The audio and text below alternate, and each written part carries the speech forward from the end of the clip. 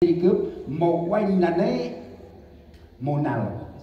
ăn lạ đời này hè là nhìn mà kẹt nữa chị hẻm ăn lần đời này quay tắt hẻm ăn lần đời này kẹt nào hay là bằng nhìn vào tầm trời nào thương chị nay chị vụ qual vụ ôm chị nào tắt nào phút cha là tắt tầm nào đi chi tầm huyền hè cái tắt hai chơi ở đồng cái tận hai chơi chẳng cái tận này mà mười chia ngân nào kẹt nào tắt nào phút cha tầm nào đi chi tầm đi hè thì tên crime ra trong crime ra được là con đường theo Chúa là con đường gập ghềnh nhưng Chúa đi trước thì anh em được bình an. Trong crime ra chỉ trong du nắp là ăn crime ra hành ló cái này chỉ cướp cho mà đáo đập bàn tâm đi chi hay tầm bạn đúng nào đi chi nghe tên crime ra chỉ nào đi chi ấp ngân nào phút cha tắt mà hệ là kia crime ra hành rel cái nào chi rồi thằng cái nào chi rồi thì hàng quanh rồi sự nào rằng là họ đặt chiến được mà chưa của trên quan trọng ra xuống bé tất bé chút mà về nào đi gọi đi Petro cần ngoài phút cha tầm nào đi kịp đông mò mà nhà là phút cha là tầm nào đi thế nào là sóng gió trong cuộc đời hay sao tại trong cái sinh hoạt hoàn cho thà đặt những chỗ ngoài về mò mà nhà là phút cha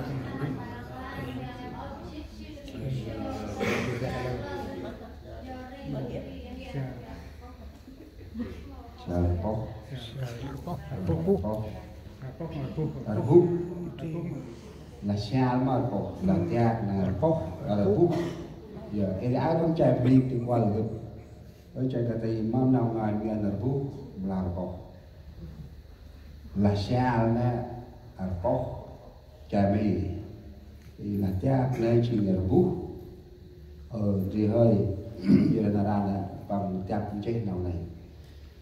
phút xa cầm được đi chuyện mà nhà là nào hay là ta nô này plong lệ hành tàng vang cả một chuyện giờ là xa là lắc tầm nào làm thì xa cả ta tầm nào dân đã lấy chuyện đồng phụ ma bử bây giờ thuyền đã ra giữa biển rồi và gió ngược em ngon nghiệt mà là hay là chuyện xa cả ta thương chị dùng mà nào nào làm hay bao nhiêu xa lắc tu khẩn bằng cái chan cái đi xa khô mà lắc chỉ là tu khẩn bằng mong ok nào hàn quả mong ok nào hàn quả như đi nhất kẹt nhà bu kẹt dài đồng ấy tuôn cũ tạc lờ mặt kẹt gần lì cha cả bút cái này chỉ tu khăn bằng nho này cái đậm bản hè quanh nhật đến ở người nó khăn ai may chỉ cướp na tu hè hôm ai cũng thành đun mít mầm hè ô a rung răng minh ôi tay mình đời xả minh ôi ta muốn đời chọn minh ôi tay chỉ hay là bằng mình đời nhẹ 9 tháng 10 ngày trong bụng mẹ mình không bao giờ lo lắng khi chúng ta ra đời người mẹ bắt đầu lo cho mình áo tã sữa mỗi ngày everyday nhôm khi chúng ta lớn lên từ 18 bắt đầu chúng ta từ bắt đầu 5 tuổi trở lên bắt đầu con mình đi học nằm phụ khả năng đông hè chỉ tùm lum plong tầm gu chẳng một chúng ta giống như là một chiếc thuyền lênh đênh trên mặt biển anh em là thuyền biết bao nhiêu sóng gió đến với chúng ta có lúc chúng ta chịu đựng có lúc chúng ta chìm xuống nếu chúng ta không có Chúa. Jadi nara anu hay kim na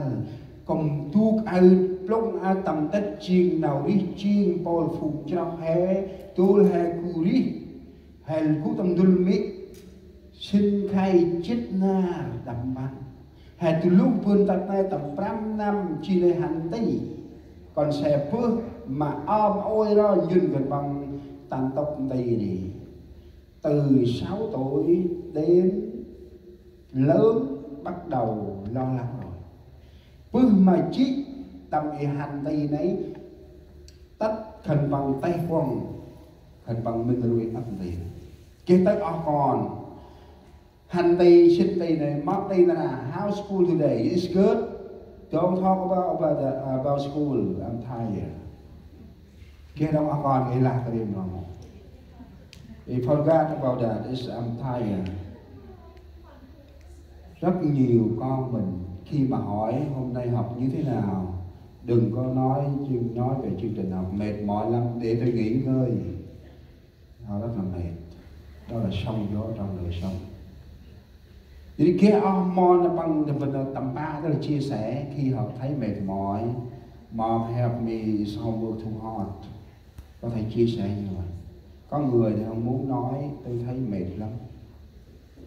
Nếu chỉ có phụ tuổi học, tôi là khăn bằng chiến, tay chiến quân. Hệ khăn bằng đối diện rất nhiều. Hệ nam tâm gan lắm. Tôi làm ai cũng in mít in bước. Đập bằng ngân. Hệ lạc phụ rài thì là tu, ôi thật là túc đông bằng khăn mày đấy. Đạn để mùi át, đạn để đi mùi át. Hệ một sáng nào để tu kìa ra. Phụ rài cho ai sạc ra, tu sạc ra, thật lưu hoạt đông.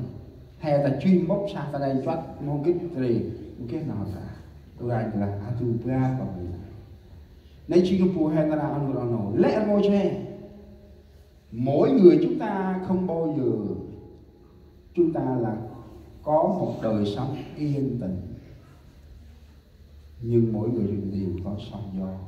áp nam hay một cái ôn nào đi chiên thì đập bắn lẽ ngôi che khi nào phút xa tầm người chị lẽ nào này ông nào hay là ô hay sai nào này chỉ trước y rồi mày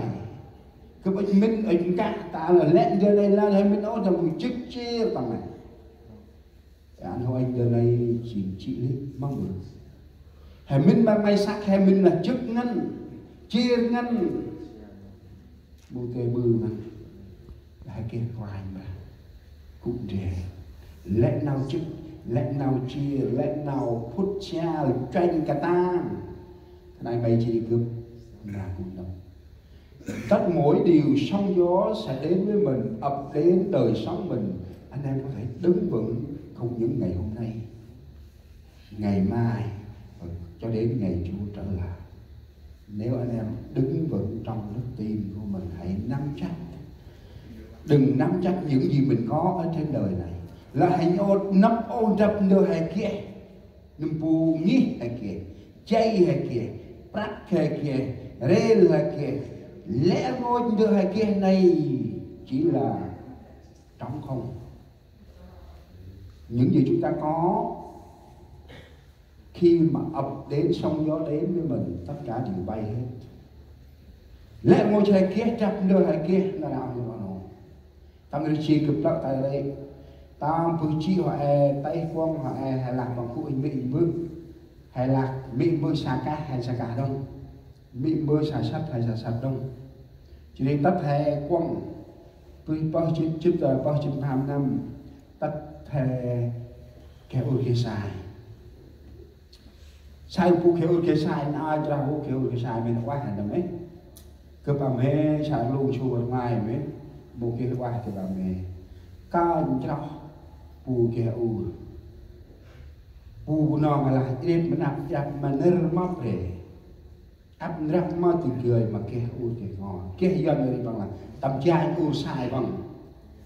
tầm quán điện thoại đây sai bằng tầm trai ngồi tắt hên đâu hên đây mà em ăn cái gì ăn phở mẹ em có gia đình chưa? Kia thì là có rồi, có người thì chưa có, em chưa có là chị khuyên chị nha, chị khuyên em nha, đừng lập gia đình, khổ lắm, chị mới cãi nhau với chồng này, ấy là đi ở sao cái hai đi mua kinh đan mua làm mắt, đừng có lấy lập gia đình nha chị, mệt lắm mới cãi nhau với chồng. Ồ như vậy hả? Thì cực lạc bạn chị ơi, mỗi nhà mỗi hoa, mỗi cây mỗi hoa, mỗi nhà mỗi cảnh. Nếu mình biết sắp xếp với nhau đó thì cái gì nó cũng êm hết chị ơi. Dạ em nói rất là đúng. Nhưng mà chị biết là chị sống với ông chồng này 20 năm rồi, nó vẫn như vậy. Cố gắng sống thêm 5 năm nữa thử, thì là đã bằng lấy cơm một năm. Đời sống hôn nhân cũng có sóng gió ở hôn nhân. Đời sống chưa độc, tức là độc thân vẫn có sự sóng gió ở độc thân. Đừng nói chúng ta là ô có vợ có chồng có thể an ủi với nhau, khích lệ với nhau, nương tựa với nhau, an ủi với nhau khi bệnh đau. Nhưng mà nếu chúng ta nhìn nhược nhát thì điều đó có thể đến với sự an ủi khích lệ. Nếu chúng ta giống như dây đàn, cao ta xe tơn này con này, yên mà tiếp thông ui mà sai nói tách pre, con nói không kể nột gì con, riêng khi cái đằng con chỉ, ui mà sai, pu chích năm trăm chích năm tất bạc mà ra sai sao ôi, giờ là ấp ngân nào ở tầm ta trầu này, ấp ngân nào ở tầm chân ta trầu này, ấp ngân nào ấy là bằng tầm tre ôn tầm nuôi hầm ta này, thì từ chiên pu cho cụ này, cái này là đồng là cấp cái ôn cái sai là cụ tươi cụ này chỉ tư quỳnh cái chai này chỉ tư quỳnh ôi là đây chỉ tư kia đâu là cái thân là cơn là chỗ ba thì là cái nào là cơn linh như là mình là cô yêu ba âm là cơn Tăng nghiêm cây những là ông nào làm nấu đi hè nếu không kể là nè cái nào phút xa mô là hè mình là ra anh bên này ấp mù mô là con xe bên này nào kia là hai chim trung lâm tu kli tâm quan tầm một, tức là chúng ta một thuyền lênh đênh trên mặt biển, chúng ta chìm lúc nào không biết, nhưng chúng ta có thầy Chúa nâng đỡ anh em, dù bất điều gì khó khăn tay Ngài không bao giờ bỏ rơi chúng ta. Amen. Đó là điều Chúa luôn luôn nâng đỡ, bảo vệ và chăm sóc. Nếu chúng ta luôn giao phó tất cả cái sự xảy ra sóng gió đó cho Ngài. Đó là lết nào trước chia nào phút xe nào kia kèn ta sang, đó là hè chia mắc rành ra, tây rành ra mồ Ngài đại, rành ra út ô, rành ra mật mật, rành ra chẳng quanh đây vì Ngài. Tâm thương đông tròn với sức nam và sức rào. Hay sao ta này chẳng phải đặt xuống ngoài kìa. Biar lah, tất hôm nay cái tôi trên tôi đang gặp cái tinh khăn tăng từ lúc sai tầm năm cả lần gặp cái cùng ông mong rằng khi là đi theo đúng và hôm nay Mong hình sáng nào tròn ra